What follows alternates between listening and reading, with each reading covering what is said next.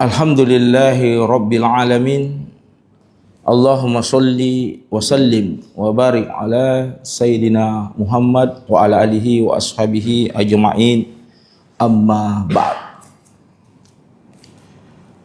Qala Allah Ta'ala fil Qur'anil Karim, a'udzu billahi minasyaitonir rajim, ya ayyuhalladzina amanu taqullaha haqqa tuqatih wa la tamutunna illa wa antum muslimun. Sadaqallahul azim wa sadaqa rasul karim wa nahnu ladzalika syahidin wa syakirin walhamdulillahi rabbil alamin.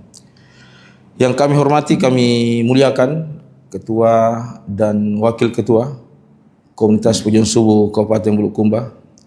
Yang kami hormati, kami muliakan para pembina yang sempat hadir pada subuh hari ini. Yang kami hormati, kami muliakan para ustaz, guru-guru kami yang sempat hadir pada subuh hari ini. Yang kami hormati, kami muliakan para members di Komunitas Pujian Subuh Kabupaten Bulukumba. Yang kami hormati, kami muliakan para jemaah Masjid Pujian Subuh Kabupaten Bulukumba. Jadi pada subuh hari ini MC-nya luar biasa ini. Penampilannya sangat dahsyat, keren sekali nih. Mudah-mudahan besok lagi begini penampilan ini. Luar biasa.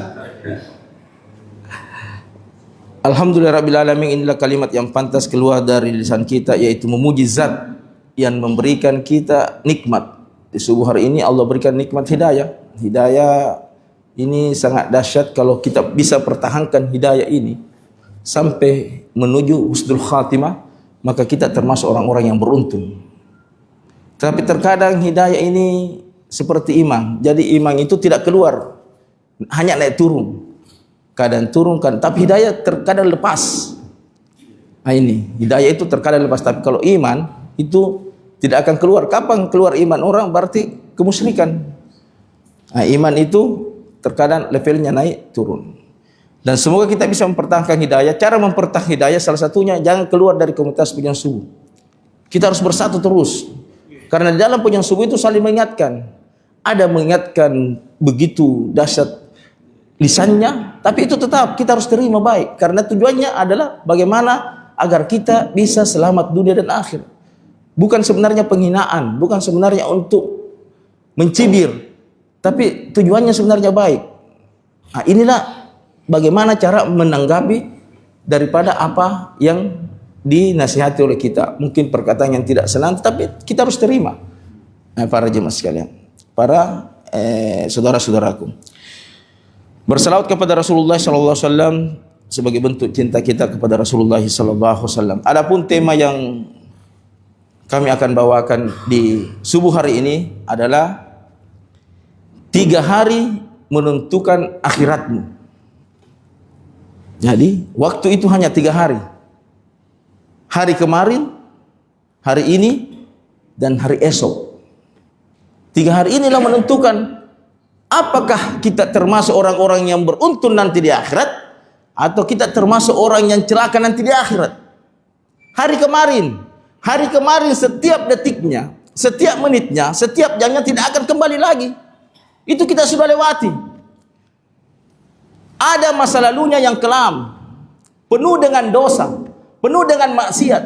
Setiap detiknya maksiat, setiap detiknya dia berdosa kepada Allah Subhanahu wa taala. Dan tidak ada manusia yang maksum dari dosa kecuali Rasulullah SAW.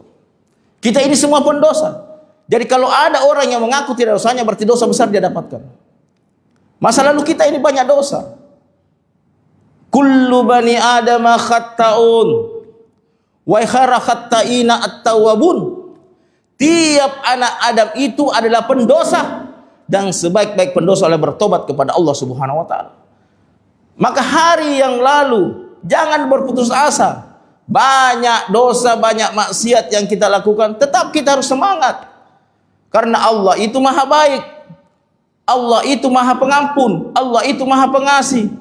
Dan Allah sangat cinta kepada orang-orang yang selalu sadar diri, sadar dosa. Sadar bahwa dirinya adalah pendosa, sadar dirinya adalah manusia biasa. Tetapi Allah lebih tidak senang kepada orang yang sumud dengan ibadahnya, bangga dengan ibadah yang dilakukan. Kebanggaan inilah yang membuat dia rasa ujub. Bukankah ada hadis qudsi?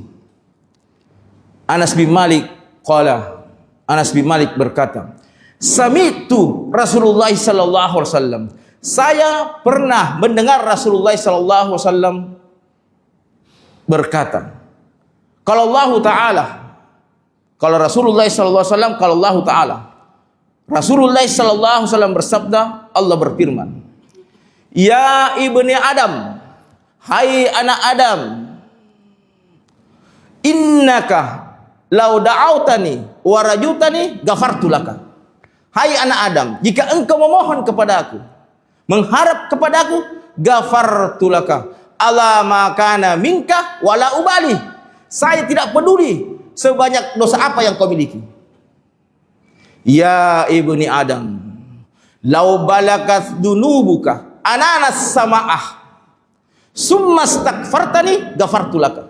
Hai anak Adam, kalau engkau berjumpa denganku membawa dosa seluas awan di langit dan kamu beristighfar, maka saya ampuni dosamu semuanya.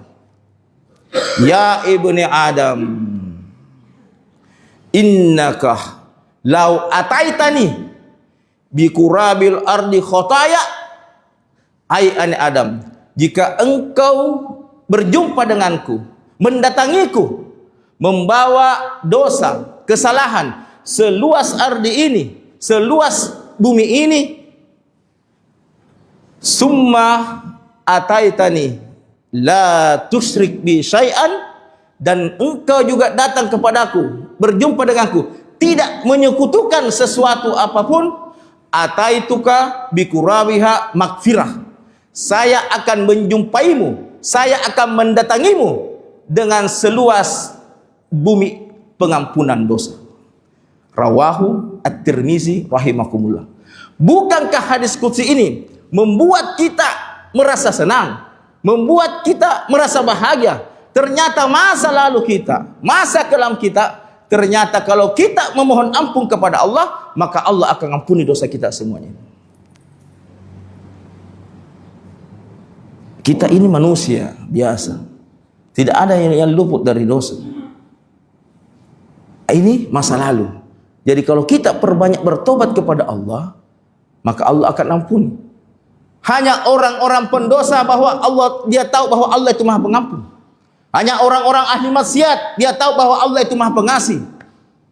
Kalau orang yang merasa tidak ada dosanya, tidak punya maksiat, maka dia tidak sadar bahwa Allah itu Maha Pengampun. Karena dia tidak pernah beristighfar, dia tidak pernah mohon ampun, karena sudah bangga dengan apa? Pahala amal ibadahnya. Ini yang pertama. Jadi yang pertama yang bisa buat kita menentukan akhirat kita adalah hari kemarin kita sadar diri, sadar dosa. Dengan sadar diri, sadar dosa itu kita akan memperbanyak tobat kepada Allah, mengevaluasi diri kita, muhasabah diri kita, bangun tengah malam, hamparkan sejadah, curhat kepada Allah, minta ampun kepada Allah. Terkadang kita ini banyak curhat kepada manusia. Curhatnya di Facebook, curhatnya di WA, curhatnya di IG. Curhat itu di sejadah, hamparkan sejadah, bangun tengah malam, memohon kepada Allah. Ini. Jadi kita salah menempatkan diri kita untuk curhat. Salah satu adalah dosa. Sadar diri, sadar dosa, masa lalu kita, masa kelam, maka ketika itu kita termasuk orang-orang yang beruntung. Ada satu kisah yang menarik di Mekkah Al-Mukarramah. Suatu hari Rasulullah tawaf. Tawafnya Rasulullah, ada pemuda, ada orang di depannya. Orang tawaf di depannya tidak pernah berdoa. Tidak seperti kita, Rabbana atina fid dunya hasanah wa fil akhirati hasanah wa qina adzabannar. Itu yang sering kita doakan. Tapi orang di depan ini dia hanya mengatakan ya Karim, ya Karim, ya Karim. Rasulullah mengikuti di belakang. Orang ini mengatakan seakan-akan di belakang saya memperolok-olok. Tawaf kedua itu juga ya Karim. Tawaf ketiga ya Karim. Rasulullah juga ikut. Dia balik badannya. Dia ingin marah kepada orang di belakangnya. Ternyata yang dia lihat adalah pemuda yang tampan, orang yang tampan, laki-laki yang tampan. Maka orang ini mengatakan, andaikan engkau bukan lelaki yang tampan dan gagah, saya sudah laporkan engkau kepada nabiku, Nabi Muhammad sallallahu alaihi wasallam. Maka Rasulullah mengatakan, apakah engkau tidak pernah berjumpa dengan nabimu? Apa kata orang ini? Saya adalah orang Badui. Kami adalah orang Badui, di gunung, di pegunungan tinggal. Tidak pernah berjumpa nabiku, tapi saya yakin bahwa dia adalah nabi dan utusan Allah. Saya tidak pernah berjumpa dengan nabiku, tapi saya yakin dengan sabda-sabdanya. Saya tidak pernah berjumpa dengan nabiku, tapi saya selalu mengikuti apa yang dia ajarkan kepada kami. Maka apa kata Rasulullah? Saya adalah penolongmu nanti di akhirat dan saya adalah nabimu. Maka ternyata itu orang ini ingin mencium kaki Rasulullah. Rasulullah mengundurkan diri, menggeser kakinya ke belakang. Langsung turun malaikat Jibril mengatakan, ya Muhammad, jangan berikan kabar kepada sahabatmu itu, jangan bergembira dulu, karena setiap masa lalunya akan dia pertanggungjawabkan di hadapan Allah, akan dituntut dia nanti. Maka terbanglah malaikat Jibril kembali dan dia mengatakan kepada pemuda orang ini bahwa jangan bergembira dulu, karena masa lalumu, maksiatmu, dosamu masa lalu akan dituntut oleh Allah Subhanahu wa taala. Maka orang ini mengatakan, ya Rasulullah, jika Allah menuntutku nanti, maka saya juga akan menuntutnya. Rasulullah heran, bagaimana cara engkau menuntut Allah? Kalau Allah menuntut seluas atau sebanyak maksiat saya, maka saya akan menuntutnya seluas itu pula pengampunannya. Kalau Allah akan menuntut sebanyak dosa saya, maka saya juga akan menuntut sebanyak itu pula pengasihnya. Maka Rasulullah meneteskan air mata, dan saat itu turunlah malaikat Jibril mengatakan, sahabatmu ini telah diampuni dosanya semuanya, karena berprasangka baik kepada Allah. Ini yang pertama. Jadi hari kemarin. Yang kedua, hari ini. Hari ini adalah hari emas, hari berlian, kesempatan untuk muhasabah diri kita, kesempatan untuk berbuat baik, kesempatan untuk melakukan amal-amal soleh, kesempatan untuk melakukan ketaatan kepada Allah Subhanahu wa taala, kesempatan untuk mendekatkan diri kepada Allah Subhanahu wa taala, kesempatan untuk membuat pahala yang sebanyak-banyaknya. Karena bekal dunia beda dengan bekal akhirat. Bekal dunia adalah mobil, bekal dunia rumah, bekal dunia materi, uang, itu adalah bekal dunia. Dan semua yang kita miliki sekarang akan menuju kampung akhirat. Kita akan tinggalkan bekal dunia, menuju kampung akhirat. Bekalnya akhirat beda. Bekal akhirat adalah amal soleh, ketaatan, bacaan Al-Quran kita. Itu adalah bekal dunia. Solat subuh berjamaah, solat isya berjamaah, itu adalah bekal akhirat. Sedekah, infak, itu adalah bekal akhirat. Maka jangan sia-siakan waktu yang Allah berikan kepada kita saat ini. Allah masih cinta kepada kita. Andaikan Allah mencabut nyawa kita, mencabut roh kita di saat kita maksiat, betapa ruginya kita. Tetapi Allah masih sayang sama kita, Allah masih cinta sama kita, memberikan kesempatan hidup. Maka Allah biarkan saat ini kita hidup untuk apa? Untuk mengabdi kepadanya. Jangan sampai kita terulang lagi masa lalu kita. Maka ini renungan bagi kita. Ini kesempatan di komunitas Pojok Subuh. Tiap subuh kita bertaklim, diberikan nasihat. Nasihat ini sangat dahsyat. Nasihat inilah yang membuat kita bisa berubah. Dicas kita. Sebagaimana kalau HP lobek-lobek lagi, ada lagi Pojok Subuh, taklim. Habis maghrib, malam Ahad, maghrib isya taklim, subuh tiap hari taklim. Bukankah ini adalah suatu kesempatan yang besar bagi kita untuk merubah, untuk berubah? Andaikan kesempatan ini kita tidak manfaatkan baik-baik, kita bergabung hanya sekedar euforia, ingin mendapatkan validasi, maka kita termasuk orang-orang yang rugi para jemaah sekalian. Maka hari ini manfaatkan sebaik-baiknya, karena masa lalu tidak akan kembali, setiap detiknya tidak akan kembali. Berusaha kita menjadi lebih baik, berusaha kita menjadi lebih taat kepada Allah Subhanahu wa taala. Ini hari ini, hari esok. Hari esok belum tentu kita berjumpa. Tidak ada jaminan bahwa saya keluar sebentar masih hidup. Bisa saja saya turun dari tangga, dicabut roh saya. Tidak ada jaminan bahwa kita masih hidup 1000 tahun, 100 tahun, 1 hari. Tidak ada jaminan para jemaah sekalian. Maka hari esok ini jadikan sebagai harapan, jadikan sebagai cita-cita untuk menjadi lebih yang terbaik, lebih baik daripada hari ini. Bukankah ada satu pernyataan ulama salaf? Ini dipertentangkan ulama, ada yang mengatakan ini hadis, ada yang mengatakan dhaif, ada yang mengatakan bukan hadis. Ala kulli hal, tidak ada masalah, tetapi ada motivasi bagi kita. Apa perkataan, apa teksnya?